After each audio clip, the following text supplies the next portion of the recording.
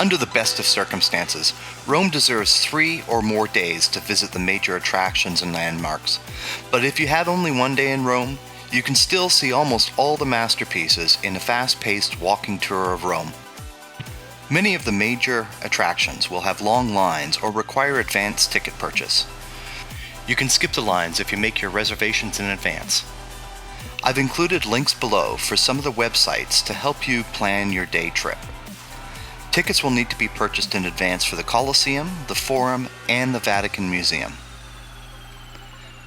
A great place to start is the Termini Station, which is easily accessible by metro. I always book my hotel near the Termini Station for its great flexibility to the metro and trains throughout Italy and the Fiumicino Airport. Head southwest on Via Cavour for less than 5 minutes for the first stop, the Basilica Santa Maria Maggiore, a 5th century church with gilded ceiling and majestic works of art. The Basilica is the largest Catholic church in Rome outside of the Vatican. Typically a 15-minute stop should do the trick. Continue southwest along Via Cavour, following the bend to the right, for about 15 minutes where you will intersect with the Via Dei Fori Imperiali. Turn left towards the Coliseum. With your advance ticket purchase, you will use the short line for pre-purchase tickets. This should take about 5 minutes. When you enter the Coliseum, head upwards towards the stadium. An hour should be ample time to explore and take photos. When exiting the Coliseum, head south towards the Arch of Constantine, then west up the roadway towards the Forum. After entering the gates, the Arch of Titus is straight ahead, celebrating the 1st century victories of the Roman conquest of Jerusalem. Spending about an hour, you can walk the grounds of the Forum and ascend the Palatine Hill for some great views of modern Rome. From the center of the Forum, exit through the northeast exit onto the Via Dei Fori Imperiali and cross the street. Head northwest along Trajan's Forum and past Trajan's Column, ending at the Altar of the Fatherhood, also known as the Monumento Nazionale a Vittoria Emanuele II. This landmark was completed in 1925 in honor of Vittoria Emanuele, the first king of a unified Italy. Now head north on Via del Corso and follow the signs to the Trevi Fountain. There are several places here where you can get some food on the go.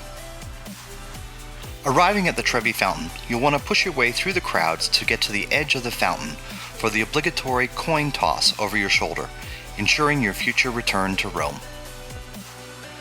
You'll want to spend about 15 minutes here. Head west following the streets to the Pantheon. Generally, lines move quickly here, and exploring the inside of the Pantheon will take about 20 minutes. Continue westward towards Piazza Navona, following the signs. In Piazza Navona, there are several fountains and an obelisk located in the center. Cafes and restaurants surround the perimeter of the square, but be warned, the amazing atmosphere does significantly affect pricing. Head westward along the winding streets lined with restaurants, and then northward, keeping right, towards the Ponte Sant'Angelo. Cross the bridge over the Tiber to the Castel Sant'Angelo.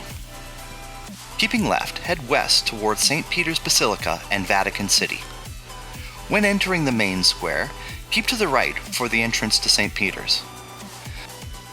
You'll spend about 30 to 45 minutes in the Basilica, where you'll be overcome by the grandeur of the architecture and marvel in the incredible works of art, including the Pieta sculpture by Michelangelo. Heading out of St. Peter's, head towards the large obelisk in the center of the square, and then turn left, or north, up the street, taking another left at the corner of the wall to the Vatican. Here you will enter the Vatican museums, where you will see well-known masterpieces from throughout the centuries, including works by Raphael and the Sistine Chapel paintings by Michelangelo. Although the museum is huge, you can march through it in about an hour and a half. Heading east, a 25-minute walk back across the Tiber to the Piazza Popolo, where you can climb the stairs to the Terrazza del Pincino for a great view of Rome at the edge of the Borghese Gardens. Heading back down through the square, head southeast towards the Spanish Steps, where there is plenty of luxury shopping and a great selection of restaurants for dinner. As the night turns darker, head south towards the Trevi Fountain for a completely different experience and an evening gelato. If you are in Rome for the day from a cruise ship, check out our videos on self-directed excursions. And don't forget to subscribe.